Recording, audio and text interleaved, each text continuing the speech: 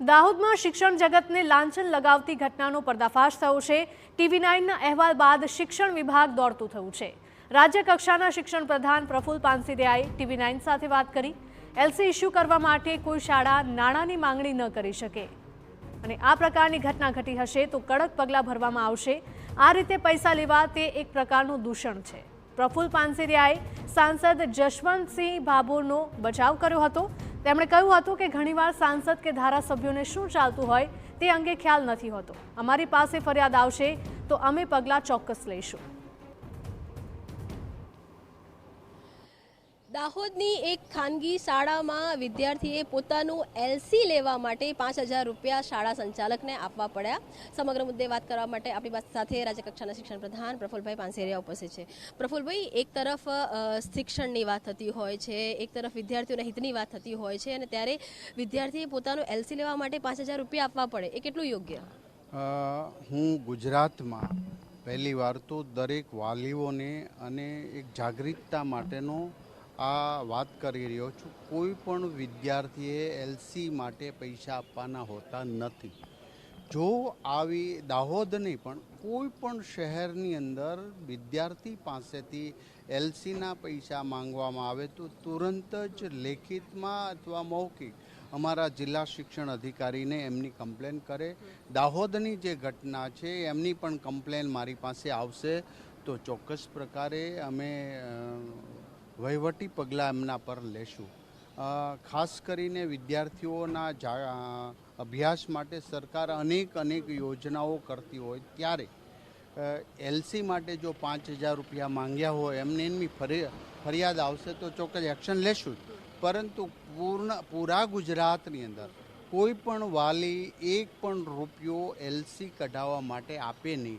જો માંગણી કરે તો અમને જણાવે, અમારા વિભાગને જણાવે।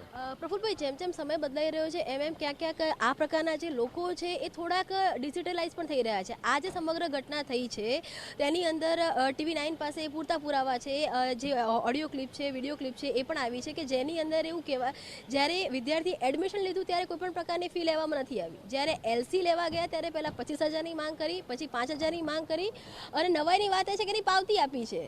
જ્યારે કે નિયમો પ્રમાણેની પાવતી જો તમે આપો છો તો એમાં કયા તમે ટ્યુશન ફી પેટે શું લઈ રહ્યા છો એવી કોઈ નથી, સીધી સરળ પાવતી આપી છે। એટલે આ પ્રકારના પણ જ્યારે હવે જે કહી શકાય કે હાઈટેક જે ગુનાઓ છે થઈ રહ્યા છે તો એને કેવી રીતે રોકશો?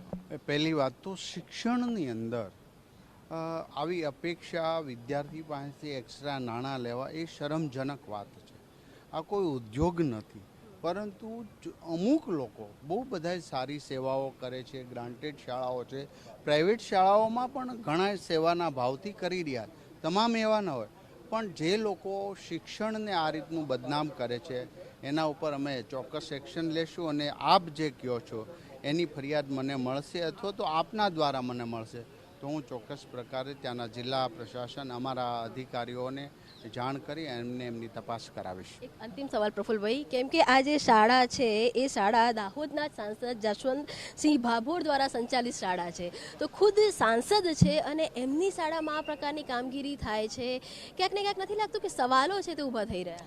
ઘણીવાર સાંસદો કે અન્ય ધારાસભ્યો પોતે ટ્રસ્ટી હોય, શાળા ચલાવતા હોય, સેવાના હેતુથી બનાવી હોય, એ સાંસદને ખબર પણ ન હોય, મેનેજમેન્ટ દ્વારા આવી ક્ષતિ થઈ હોય અથવા તો જાણી જોઈને મેનેજમેન્ટ દ્વારા અથવા તો જે કર્મચારીએ ભૂલ કરી હોય તો એને ભોગવવી જોઈએ। કોઈ સાંસદ કે ધારાસભ્ય આ બાબતની અંદર રોજે સ્કૂલની અંદર ઇન્વોલ્વમેન્ટ એનું હોતું નથી, માટે એ ડાયરેક્ટ એમને પણ ખબર ન હોય, આ કમ્પ્લેન એમને મળી હોય તો પણ એ ચોક્કસ પ્રકારે આનો વિરોધ કરે અને આ એક દૂષણ કહેવાય। નાના શિક્ષણ જગતની અંદર દૂષણ પેસવા ન દેવા જોઈએ, એ હું તમારી સાથે મત માનું। આપની પાસે ફરિયાદ આવશે તો આપ એક્શન લેશો? બિલકુલ, ચોક્કસ પ્રકારે હું જિલ્લા પ્રશાસનને તપાસ કરવા માટેનો આદેશ કરીશ।